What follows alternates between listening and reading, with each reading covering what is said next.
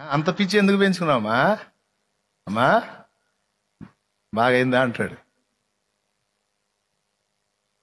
ఎవరి మీద పెట్టుకున్నా సరే అయ్యిద్ది నీ పని.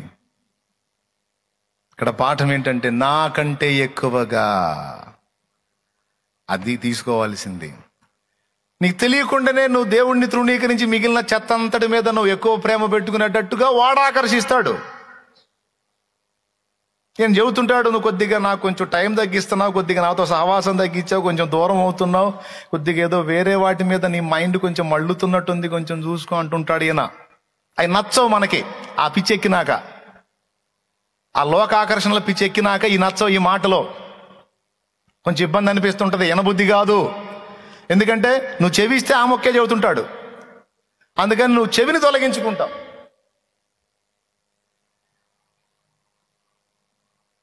అప్పుడు ఆయన అంటాడు, ఆహా నేను ఇచ్చే హెచ్చరికలు కూడా నీకంత ఇబ్బంది కలిగిస్తున్నట్టున్నాయిగా. సరే సరే సరే పో, నీకు విశ్వరూప దర్శనం చూపిస్తా పో, సరే పో అని మనల్ని అప్పచెప్పటమే మనకు శిక్ష.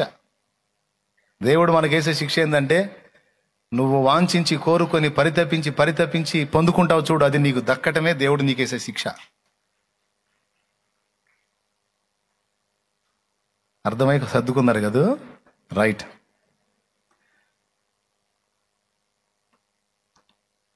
ఏమర్థమైందండి? నువ్వు దేన్నైతే అపేక్షించి పరిగెత్తుతున్నావో అది నీకు అందేటట్టు, అందులో మాధుర్యం నీకు దొరికేటట్టు కొంత నువ్వు అనుభవించడానికి అవకాశం ఇస్తాడు. అదే నీ కర్మ. బాగా కనెక్ట్ అవనిచ్చి విశ్వరూప దర్శనం నీకు అందేటట్టు చేసినప్పుడు అప్పుడు నీకు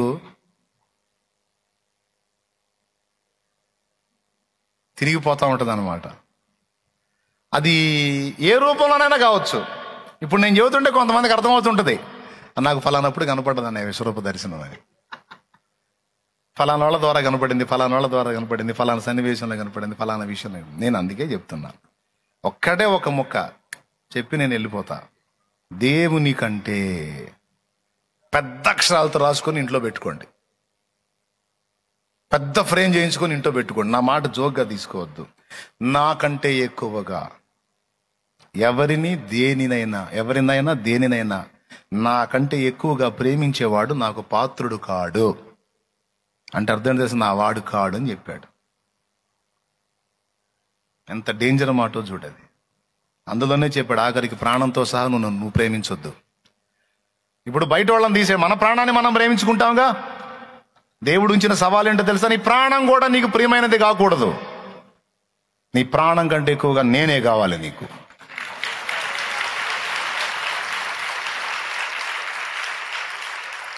నీ ప్రాణం కూడా అవసరమైతే నా నిమిత్తం వదిలేటట్టు నువ్వు మెంటల్గా ప్రిపేర్ అయి ఉండాలి. అంత డెప్త్లో ఉండాలి నువ్వు నాతో. అలాంటి పట్టు రావాలి నీకు. నువ్వేంది అల్పమైన వాటిని అడ్డం పెట్టుకుని వాటి కోసం పరిగెత్తుతూ ఆఖరికి నన్ను కూడా వాడుతున్నావేంది వాటి కోసం? నన్ను కూడా దూవుతున్నావుగా వాటి కోసం. పనికి మాలిందానా? పనికి మాలినోడా? వాటిని సాధించడానికి, వాటిని సంపాదించడానికి, వాటిని పొందుకోవడానికి నన్ను కూడా కాకపడుతున్నావా? నా దగ్గరికి వస్తుంది కూడా అందుకే, నువ్వు సబ్బు రుద్దినట్టు రుద్దడానికి నన్ను.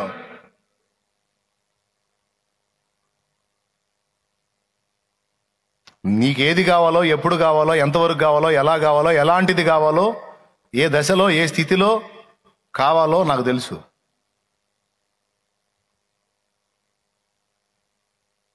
నా భక్తులకు నేను రెండూ ఇచ్చా.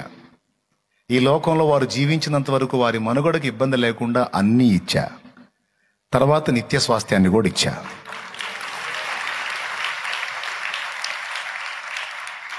నీవు నన్ను ప్రేమించిన భక్తురాలివై ఉండగోరిన ఎడల నీవు అన్నిటికంటే అందరికంటే నన్నే ఎక్కువ నువ్వు లవ్ చేయాలి, ప్రేమించాలి. కానీ కొంతమంది ప్రేమలో దేవుడు ఈ వెలితిని కనుక్కుంటున్నాడు. ఏంటి వాళ్ళ ప్రేమ అంటే, వాళ్ళు అనుకున్న వాటిని సాధించుకోవడానికి దేవుణ్ణి ప్రేమించినట్టు నటించటం, దేవుణ్ణి కాకాపట్టడం, దేవుణ్ణి దువ్వటం అంటారు. దువ్వించుకోవటానికి మనిషి ఆయన. ఏమమ్మా, నువ్వేం ప్లాన్ వేసావో, ఏమేమి స్కెచ్లు గీసావో బెదరో, నీకు అసలు అది రాకముందే తెలుసు ఆయనకి. తలంపు నాకు పుట్టక మునిపే అది నీకు తెలిసే ఉన్నదన్నాడు 139వ కీర్తనలో. ఇప్పుడు నీ తలంపు లేదో నాకు తెలియదు, కానీ తలంపు అనేది నీకు పుట్టక ముందే ఆయనకి తెలుసు.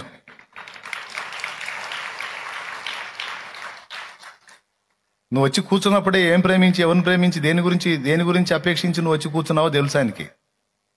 అప్పులు తీరాలని వచ్చి కూర్చున్నావా, లేకపోతే లోన్ శాంక్షన్ కావాలని కూర్చున్నావా, లేకపోతే ఫస్ట్ క్లాస్లో పాస్ అవ్వాలని కూర్చున్నావా, లేకపోతే జాబ్ కోసం కూర్చున్నావా, నీ కాకా దేనికో తెలుసు ఆయనకి. తెలీదు? అదేందన్నయ్య మరి వాటి కోసం అడగకపోతే అంటే అడగొద్దని నేను అనట్లా. నీ ప్రాణమంతా వాటి మీద పెట్టుకోవద్దు. అవన్నీ జీవితంలో ఒక భాగం. నీకు లైఫ్ని ఇచ్చిన వాడు వాటిని కూడా ఇస్తాడు. ఆయన ముఖాముఖి చెబుతుంది ఏంటంటే, వదిలేవాయి వాటిని అంటాడు. నా భాషలో చెప్పాలంటే వదిలేవాయి వాటిని అంటాడు. కాదులే ప్రభా, ఏవాయి నీ బొంద, వదిలే, కూర్చో, ప్రశాంతం కూర్చో అంటాడు. వదిలేవమ్మా వాటినే, కూర్చో, నేను నా కోసం వచ్చావా లేకపోతే ఆ సోది కోసం వచ్చావా అంటాడు. నేను నీ కోసమే తండ్రి. రైట్, కూర్చో. అట్లయితే నన్ను ప్రేమించు వారిని ఆస్తికర్తలుగా చేతును, దాచబడిన ధనమును నీకు ఇత్తును. నీకు ఇవ్వడానికి కూడబెట్టేవాడికి పనప్ప చెప్పేవాడు కూడబెడతాడు, నీకెందుకు ఆ శాఖ, నువ్వు కూసాడా అంటాడు. నేను చెప్పేది జోక్ కదా, ఉంది లేఖనంలో. నేను చెప్పేది జోక్ కదండి. నీతిమంతునికి ఇచ్చుటకు కష్టించి సమకూర్చే పని ఆయన పాపాత్ములకు అప్పచెప్పాడట. వాళ్ళంతా కూడబెడుతుంది ఎవరి కోసం అనుకున్నా? మన కోసమే. దేవునికి స్తోత్రం కలుగును గాక. హల్లెలూయా చెప్పు. అర్థమైతే ఇంకోసారి చెప్పు. నేను చెప్పింది ఉందో లేదో బైబిల్లో చూడు. ఇప్పుడు ప్రసంగి గ్రంథము 2వ అధ్యాయం 26వ వచనం. అదిగో 2:26 అంట చూడండి. ఏలయనగా దైవ దృష్టికి మంచివాడుగా నుండి వానికి దేవుడు జ్ఞానమును, తెలివిని, ఆనందమును అనుగ్రహించును. అయితే దైవ దృష్టికి ఇష్టడగు వానికి ఇచ్చుటకై ప్రయాసపడి పోగు చేయు పనిని ఆయన పాపాత్మునికి నిర్ణయించును. చాలు. దైవ దృష్టికి ఇష్టడగు వానికి ఇచ్చుటకై ప్రయాసపడి పోగు చేయు పనిని ఆయన పాపాత్మునికి ఇచ్చును. ఇప్పుడు కష్టపడి మనకు కుప్పేసే పని మనదా వాడిదే? దేవుడు అంటాడు, వాడి పని నువ్వు చేస్తావే నిద్రమోహోడా, దానోడు దానికి ఉన్నాడు రా, రెడీ చేస్తాడు, నీకెందుకు, నీ కాళ్ళ దగ్గరకు వచ్చింది, నువ్వు నాకెళ్ళి చూడరా అంటాడు ఆయన. నువ్వు కూర్చోరా నా దగ్గర ప్రశాంతంగా కాసేపు, నీకు తెలివి తగలయ్యా, పద్దాకలు పరిగెత్తుతావేరా, ప్రశాంతంగా వచ్చి కూర్చొని కూడా అదే ఆందోళనలో ఉంటావేరా నువ్వు, కూర్చో. అవునా కాదండి? కొంతమంది మరీ దరిద్రం, దేవుడి దగ్గరికి పోయి కూడా ఇదే శోప. ఆయన అడుగుతాడు, ఎందుకు వచ్చావు అసలు నువ్వు? ఒకటే తపన నీకు, నాకంటే ఎక్కువగా దేనిని కూడా నువ్వు నేను మెయిన్. నన్ను ప్రేమించు వారిని ఆస్తికర్తలుగా చేతును, దాచబడిన ధనమును వారికి ఇత్తును అన్నాడు. నన్ను ప్రేమించు వారు ఆశీర్వదించబడుదురు అన్నాడు. నన్ను ప్రేమించుచున్నాడు గనుక నేను తప్పిస్తాను అన్నాడు. నా నామం ఎరిగిన వాడు గనుక గొప్ప చేస్తాను అన్నాడు. నన్ను ప్రేమిస్తున్నాడు గనుక శ్రమలో తోడై ఉంటాను అన్నాడు. 91వ కీర్తనమ్మా, మొత్తం ప్రేమించినోడికే. మన గుండెల్లో దాచుకుందాం ఈ మాట. మీకు 2 సంగతులు చెప్పాను. అరణ్యపు అనుభవంలో మనకు దక్కేటువంటి 7 విధములైన ప్రయోజనాలు. ఏమండి? అసలు మనం ఎందుకు నిర్మించబడ్డాం అన్నదానికి ముందు 3 సంగతులు.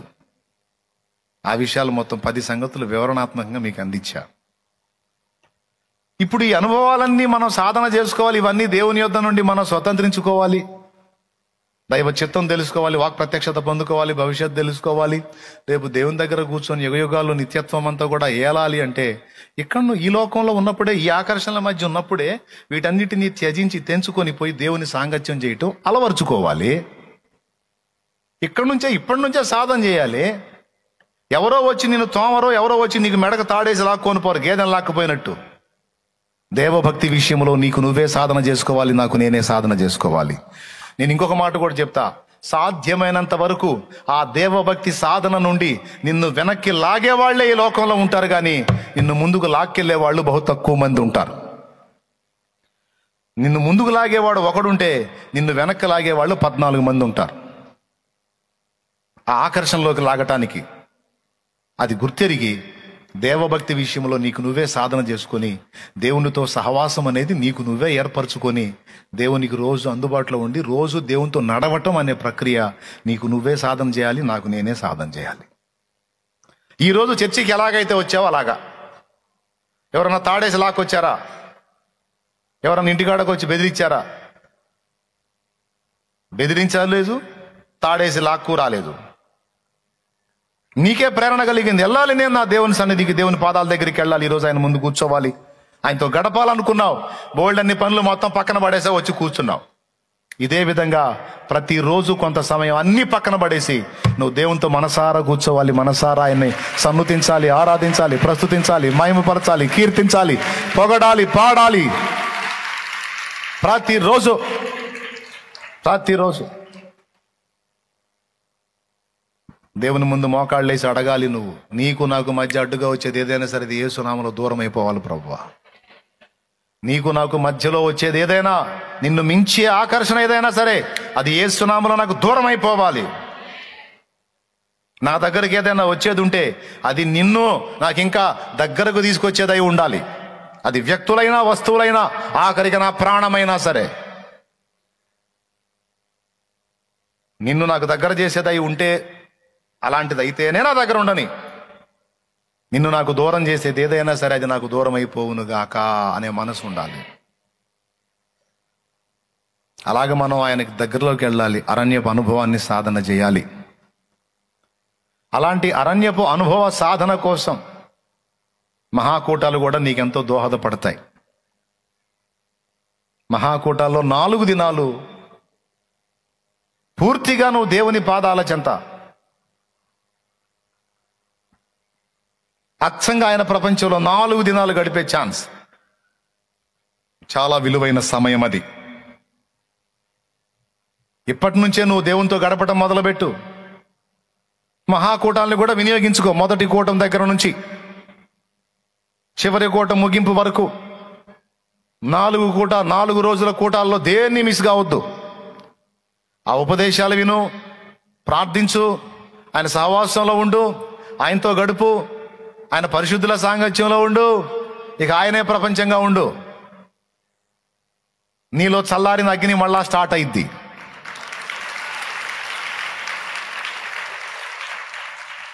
ఇప్పుడు ఏమైంది? ఆల్రెడీ ఒకప్పుడు మండిన అగ్ని, దేవుడు వెలిగించిన అగ్ని ఆరిపోయింది. ఆత్మను ఆర్పకుడి అన్నాడు కదా, కొంతమందిలో ఆత్మ ఆరిపోయింది. ఇప్పటి నుంచే మళ్ళా తిరిగి నువ్వు ఆత్మను మండించుకోవటం మొదలు పెట్టాలి. సమీపంలో ఉన్న ఆ కూటాల ద్వారా మళ్ళా తిరిగి ఆత్మను మండించుకోవటం స్టార్ట్ అయింది. తప్పకుండా మళ్ళా మంట నీలో రగలటం మొదలైద్ది. ఇక 4 రోజులు మరి వేరే ఆలోచన లేకుండా దేవుని ప్రపంచంలో ఉంటావు కనుక మళ్ళా మంట స్టార్ట్ అయింది. ఆ తర్వాత నువ్వు చేయాల్సింది ఏంటంటే, అలా స్టార్ట్ అయిన ఆ మంటని ఇక ప్రజ్వలింపజేయటం నీ పని. దానికి ఎప్పటి నుంచే నువ్వు సిద్ధపడాలి.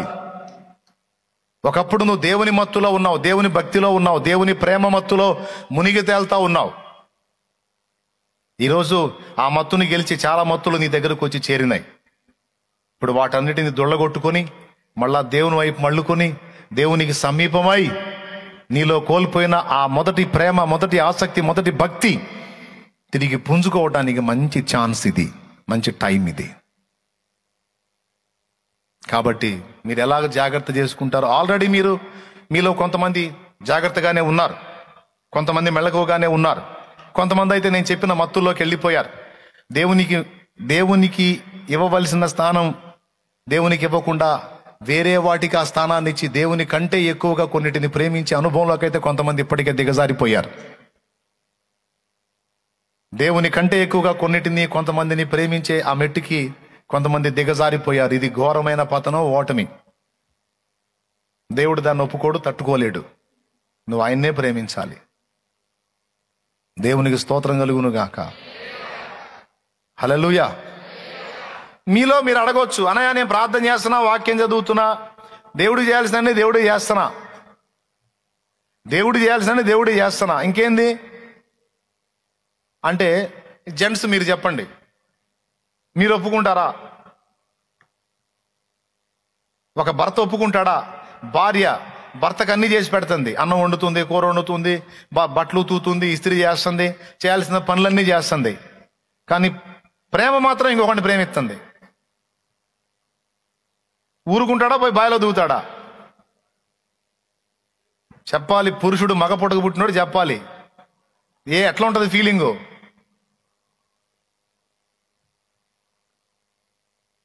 భార్య అడిగిద్ది, ఇస్త్రీ చేయట్లేదా, బట్టలు ఉతకట్లేదా, ఫుడ్ చేయట్లేదా? అన్ని చేస్తున్నావు, ఇంకేంటి అన్ని చేస్తున్నావు. కానీ ఇవన్నీ ఒక ఎత్తు, నీవు నన్ను ప్రేమించుట ఒక ఎత్తు. ఇవన్నీ చేయకపోయినా నువ్వు నన్ను ప్రేమిస్తే నాకు అంతే చాలు. దేవునికి స్తోత్రం కలుగును గాక. వారు పెదవులతో నన్ను ఘనపరచుదురు గాని వారి హృదయములు నాకు దూరముగా ఉన్నవి. వారి పెదవులతో నన్ను ఆరాధింతురు గాని వారి హృదయము నాకు దూరముగా ఉన్నది. వారు ఒట్టి మాటలతో నా యొద్దకు వచ్చుచున్నారు, వారు నన్ను ప్రేమించుటలేదు. ఒక్కొక్క భర్త పాపం ఆయనే పాత్రలు కడుక్కుంటాడు, ఆయనే ఉతుక్కుంటాడు, ఆయనే వండుకుంటాడు. నేను మగాళ్ళని ఎగతాళి చేయట్లే. ఎందుకు బ్రదర్ అన్నీ నువ్వే చేసుకుంటావు? ఆమె చేయలేదా అంటే ఆమె కొంచెం బలహీనతలు, ఆమె చేసినా చేయకపోయినా ఆమె నన్ను ప్రేమించిద్ది, నాకు అంతే చాలు. ఆ ప్రేమ ఎంత పని చేసిద్దంటే పాప ఆయన పనులన్నీ ఆయనే చేసుకుంటాడు, ఆమె కూడా ఆయనే చేసి పెడతాడు. దానికైనా ఒప్పుకుంటాడు, కానీ అన్నీ నీకు చేస్తాను, నేను ఇంకొకరిని ప్రేమిస్తానంటే మాత్రం ఒప్పుకోడు. నాకు కావాల్సిందే నీ లవ్. ఏం లవ్? బోల్డ్ లవ్, ఎందుకు పనికిరాను లవ్? అదేదో నేను వేరే వాడి మీద ఉంచుతాలే, నీకైతే నీకు అన్ని నేను చేసి పెడతానంటే అవసరమైతే నేను చేసుకుంటా, లేకపోతే దాన్ని పని మనిషిని పెట్టుకుంటా. నువ్వేం చేయొద్దు, మరి ఏం చేయాలి? నన్ను ప్రేమించంతే. నా ప్రేమను పొందుకో, నాకు ప్రేమను పంచు, నన్ను గుర్తించు, ప్రోత్సహించు, ప్రశంసించు, నన్ను అర్థం చేసుకో, నన్ను ఆదరించు. దేని కోరుకుంటాడు జంట చెప్పండి? స్త్రీ చేసే పనులనా, లేకపోతే స్త్రీ నుండి వచ్చే ప్రేమనా? పెద్దగా చెప్పండి, మీకు ఫేవర్గా మాట్లాడుతున్నాను. ఏంటి? ప్రేమనేగా. దేవుడు కూడా అంతే. మరి బాబా నీ పని తర్వాత ముందు నువ్వు నన్ను ప్రేమించాలి.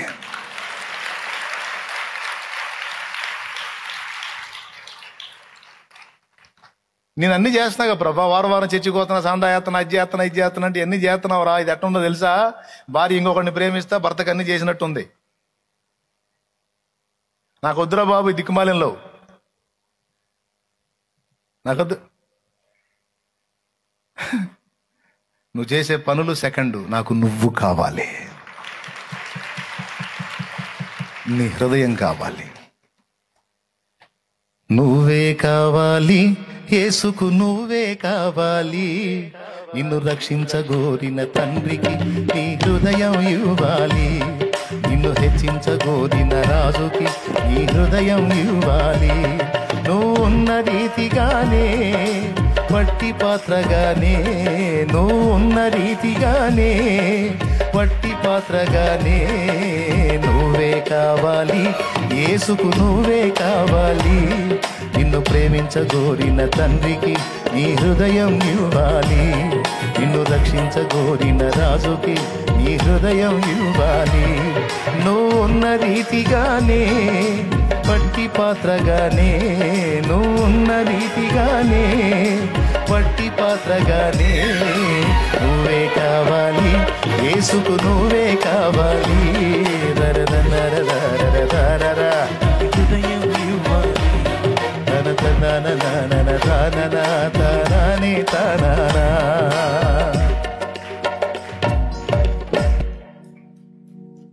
నువ్వు ఇచ్చేవి తర్వాత నువ్వు కావాలి. చెప్పు, ఏం చెప్తావు చెప్పు. నువ్వు చేసే క్రియలా లేతే నీ ప్రేమ? అది ఎఫెసులోనున్న సంఘపు దూతకు చెప్పాడు. నీ కష్టమును, నీ సహనమును, నీ క్రియలను నేను ఎరుగుదును. నువ్వు నా నామము నిమిత్తము భారము భరించి అలసిపోలేదని నేను ఎరుగుదును. నీకు అన్ని బాగున్నాయి, వివేచన ఉంది, ఏది మంచో ఏది చెడో తెలుసు, అన్ని లెక్కలు బాగున్నాయి. కానీ అయితే మొదట నీకుండిన ప్రేమ నీవు వదిలితివని తప్పు ఒకటి నీ మీద మోపవలసి ఉన్నది.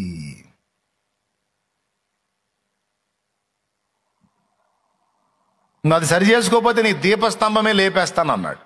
అంత చిరాకు ఆయనకి. ఇంత కష్టపడ్డావు, ఇంత సహనం, ఇంత ఓపిక అని చెప్పి మెచ్చుకొని ఇవన్నీ బుస్సమ్మా ఫస్ట్ లవ్ లేకపోతే అన్నాడు. ఏ లవ్?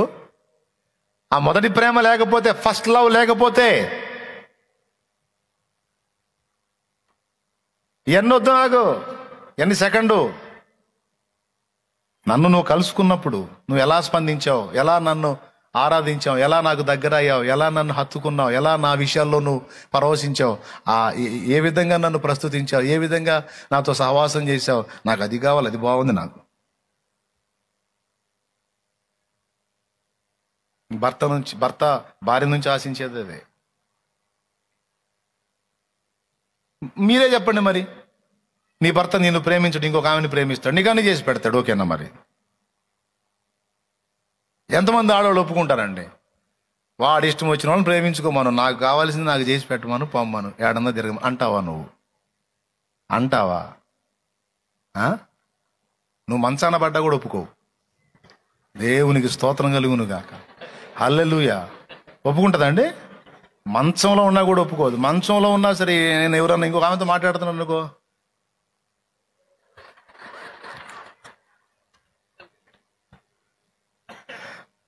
అపస్మార స్థితిలో ఉండి, ఆ స్థితిలో ఉండి కూడా ఎవరు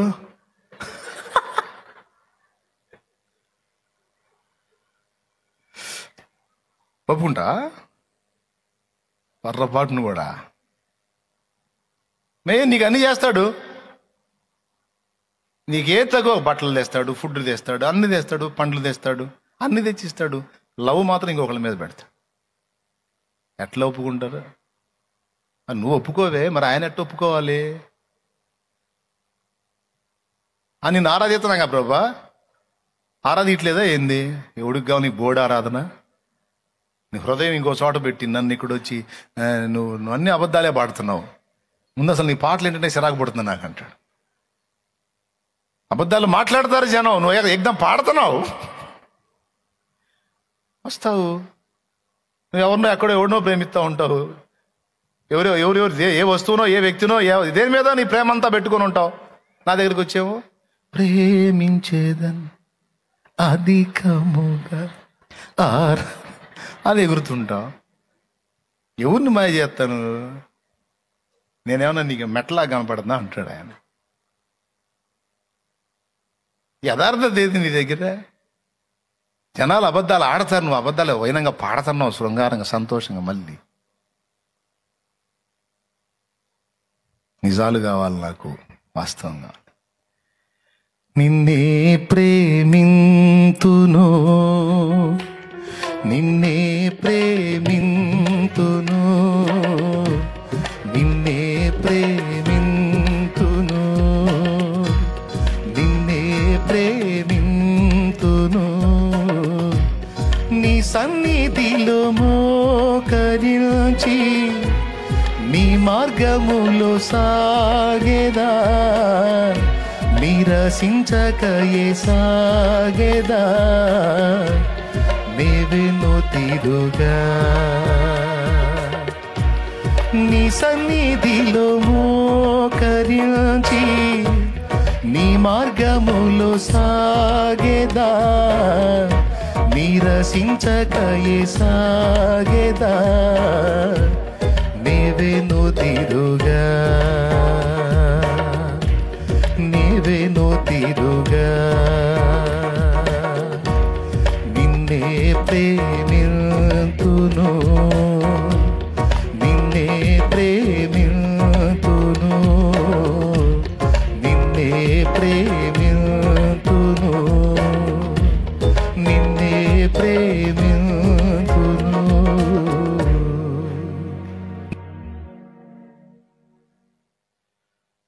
దేవునికి ఇవ్వాల్సిన స్థానం దేనికి ఇచ్చినది నీకు దూరం అయింది.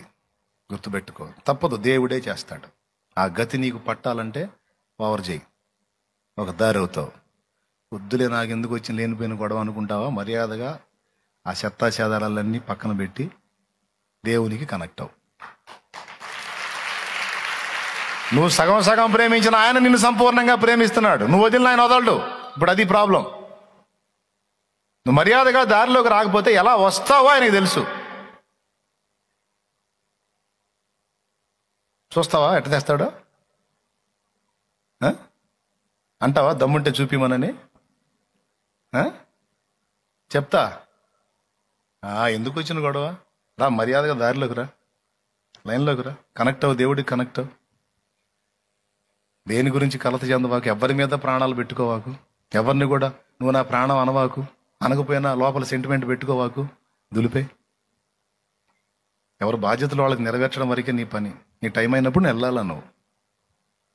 ఎవరి టైం అయినప్పుడు వాళ్ళు వెళ్ళిపోతూ ఉంటారు. బస్సు ఎక్కుతారండి అందరూ బస్ స్టాండ్లో. గణపారం వాడు గణపారంలో దిగుతాడు, బోయపాలవాడు బోయపాలలో దిగుతాడు, ఓబల్లాడపాలవాడు అక్కడ దిగుతాడు, గుంటూరువాడు గుంటూరులో దిగుతాడు. ఎంతోమంది బస్సు ఎక్కుతారు, నీతో కలిసి కొంత ప్రయాణం చేస్తారు, మరి సమయం వచ్చినప్పుడు దిగి వెళ్ళిపోతారు. ఏ ఒక్క ప్రయాణికుడు నీతో స్థిరంగా శాశ్వతంగా ఉండడం అనేది పచ్చి నిజం. నువ్వు తట్టుకోవాల్సిన నిజం, వాస్తవమైన నిజం, ఒప్పుకోవాల్సిన నిజం. అవి కడుపును పుట్టినోళ్ళు కావచ్చు, తోడ పుట్టినోళ్ళు కావచ్చు, నిన్ను కన్నోళ్ళు కావచ్చు, నువ్వు కన్నోళ్ళు కావచ్చు, నిన్ను కట్టుకున్నోళ్ళు కావచ్చు, నీకు కొలీగ్స్ కావచ్చు, ఫ్రెండ్స్ కావచ్చు, ఎవరైనా సరే వాళ్ళ టైం వచ్చినంత వరకు నీతో ఉంటారు, ఆవిరిలాగా మాయమవుతారు. అందుకే ఎక్కువ ఆశలు, ఎక్కువ ప్రాణాలు దేని మీద కూడా పెట్టుకోవద్దు. ఫస్ట్ నుంచి చెప్తున్నా, మరొక్కసారి చెప్తున్నా. ఎటు పెట్టాలి మరి?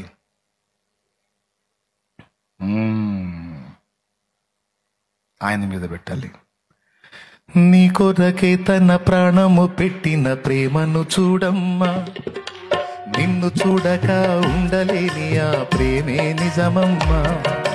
నీ కొరకే తన ప్రాణము పెట్టిన ప్రేమను చూడమ్మా, నిన్ను చూడక ఉండలేని ఆ ప్రేమే నిజమమ్మా. అందరూ నిన్ను మరచిన గాని మరువని స్నేహితుడే, కొందరిలాగా మధ్యలో నిన్ను విడువని ప్రేమికుడే.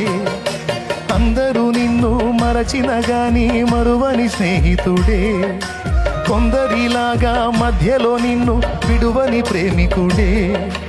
రక్తము పోసి ప్రేమ లేఖ నీకు రాసిన నీ ప్రియుడే, రక్షణనిచ్చి రాణిగా చేసే యేసురాజుగనుడే. కళ్ళ ఎరుగని తెల్ల పావురమపై పైకెగిరావా, కఠినమైన ఈ లోకపు పోకడ కానక ఉన్నావా. కళ్ళ ఎరుగని తెల్ల పావురమపై పైకెగిరావా, కఠినమైన ఈ లోకపు పోకడ కానక ఉన్నావా. అయ్యో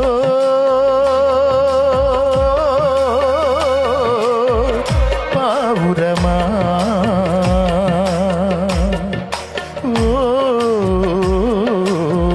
పావురమా, కళ్ళ ఎరుగని తెల్ల పావురమపై పైకెగిరావా, కఠినమైన ఈ లోకపు పోకడ కానక ఉన్నావా.